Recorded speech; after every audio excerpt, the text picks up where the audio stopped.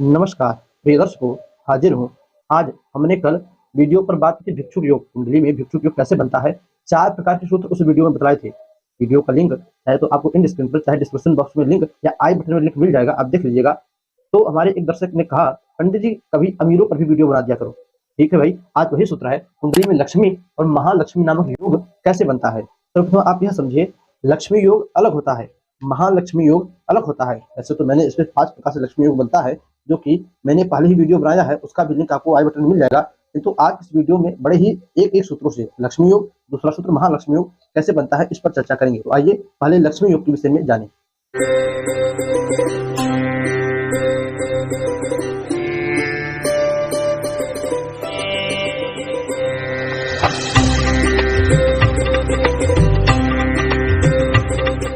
देखिए, हमारा पहला सूत्र है लक्ष्मी योग। तो सूत्र कहता है कि जन्म कुंडली में, कुंडली आपके सम्मुख खाली लग्न पत्रिका है, आपके यहाँ पर किसी भी 1 से लेकर 12 तक कोई भी राशि बन सकती है कुंडली में। सूत्र कहता है कि कुंडली में देखिए, सर्वप्रथम जो इस भाव का स्वामी हो, जिसे हम लग्नेश कहते हैं, वो मजबूत होना चाहिए।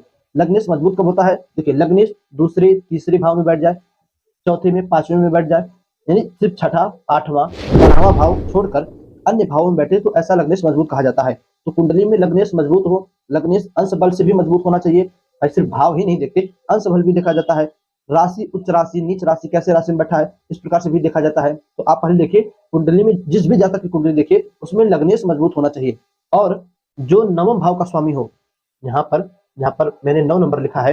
यहाँ पर इस स्थान का जो स्वामी हो, यानी यहाँ पर जो राशि बनी, उस राशि का स्वामी केंद्रों में, चाहे पहले भाव में, चाहे चौथे भाव में, चाहे 7वें भाव में, चाहे 10वें भाव में उच्च का होकर, यानी आपकी कुंडली में लग्नेश मजबूत हो, जो नवम भाव का स्वामी हो, वो केंद्रों में चाहे उच्च का होकर, चाहे अपनी राशि स्वराशि का होकर, चाहे अपने मूल त्रिकोण राशि का होकर केंद्रों में बैठा हो, तब कुंडली में लक्ष्मी योग बनता है। मान लीजिए हम उदाहरण से समझे, तो यहाँ पर हम 8 नंबर की राशि लिख दे रहे हैं।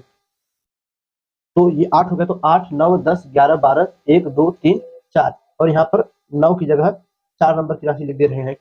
अब 8 नंबर हमने कहा लग्नेश मजबूत हो, तो लग्नेश 8 नंबर की राशि में बनते हैं मंगल। मंगल मान लीजिए छठवें, 8वें, 12वें भाव को छोड़कर कुंडली में कहीं पर बैठ जाए, लग्न मंगल को हम बैठा दे रहे हैं चौथे भाव में। फिर यहाँ पर 4 नंबर की राशि बनी, 4 नंबर की राशि के मालिक होते हैं चंद्रमा।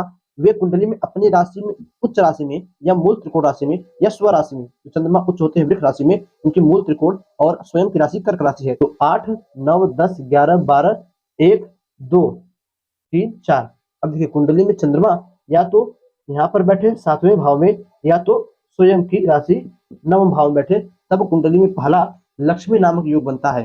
दर्शकों, बात करें महालक्ष्मी की। अब देखिए, लक्ष्मी नामक योग है, तो ऐसा जातक साधारण बिना किसी पैसे की कमी की अपना जीवन यापन करता है। ऐसा जातक चतुर होता है, चालाक होता है, दुष्टों को भी अपना मित्र बनाता है।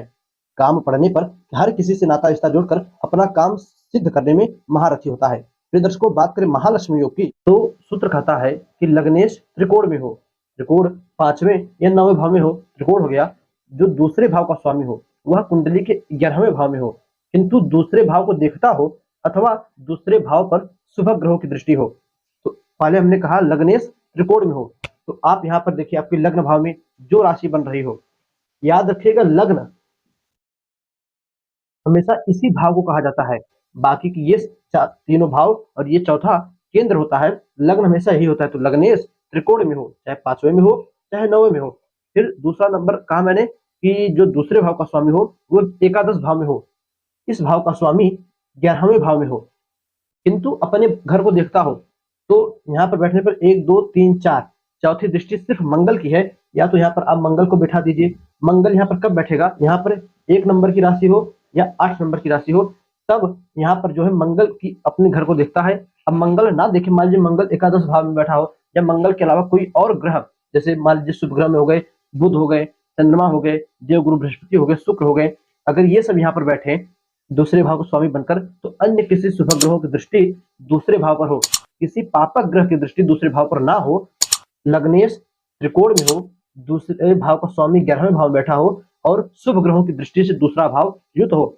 अब यहाँ पर एक प्रश्न आएगा कि मान लीजिए दूसरे भाव में शनि जैसे ग्रहों की राशि बन जाए और शनि एकादश भाव में बैठे, तो क्या यह खंडित हो जाएगा? ये नहीं, खंडित तब भी नहीं होगा। दूसरे भाव को स्वामी यदि पापक ग्रह बनता है शनि जैसे, तो ऐसा जातक पाप कर्म से ही, भाई शनि पाप कर्म कराएंगे, पापक ग्रह है, या प्राइवेट जॉब इत्यादि कराएंगे, सरकारी नहीं हो पाएगा, किंतु प्राइवेट जॉब से पैसा कमाएगा, प्राइवेट में भी बहुत अच्छा खासा पैसा है, किंतु बात अपने ज्ञान की है। तो ऐसा ज्यादातर प्राइवेट कंपनी से अथवा छोटे वर्ग के लोगों से धन कमाता है, थोड़ा असंजीत, जहां पर उसे मान सम्मान उच्च अधिकारी मिलना था, अच्छी जिससे सरकारी नौकरी वो ना मिलकर प्राइवेट जॉब में ही अच्छा खासा पैसे का इनकम करता है, तब कुंडली में महालक्ष्मी नामक योग बनता है। प्रिय दर्शकों, यह था लक्ष्मी और महालक्ष्मी नामक योग। इनके फल की बात करें तो जैसा कि मैंने लक्ष्मी योग का बतला दिया, महालक्ष्मी योग में उसी सब चीजों को बढ़ा दीजिए। ऐसा जातक इसके पास अटूट संपत्ति होती है, ये अपने तो खाता ही है, अपने कुछ पीढ़ियों के लिए, एक दो पीढ़ियों के लिए भी रह कर जाता है। दर्शकों, ऐसे जातक के पास बात करने का सभ्यता तौर तरीका, ऐसा जातक सुशील होता है। लग्नेश पंचम भाव में बैठ जाए, त्रिकोण में पंचवें भाव में बैठे तो ज्ञान का, विशिष्ट ज्ञान का मालिक होता है। नवम भाव में बैठ जाए तो ऐसा जातक जन्म से ही भाग्योदय का, भाग्य के साथ जन्म लेता है, उसके जन्म के साथ उसके भाग्य का उदय होता है। ये फलादेश होता है। इस प्रकार आप सोच घटा बढ़ाकर समझ सकते हो। तो ये दोनों योग, लक्ष्मी योग, महालक्ष्मी योग, आप अपने कुंडली में देखिए, लोगों की कुंडली में देखिए, किस प्रकार का फल दे रहा है, कमेंट में बताइएगा। तो दर्शकों, कल रविवार का दिन है, जैसा कि हर रविवार को हम अपना एक लाइव सेशन लाते हैं जिसमें निःशुल्क आप लोगों की कुंडली का अध्ययन होता है।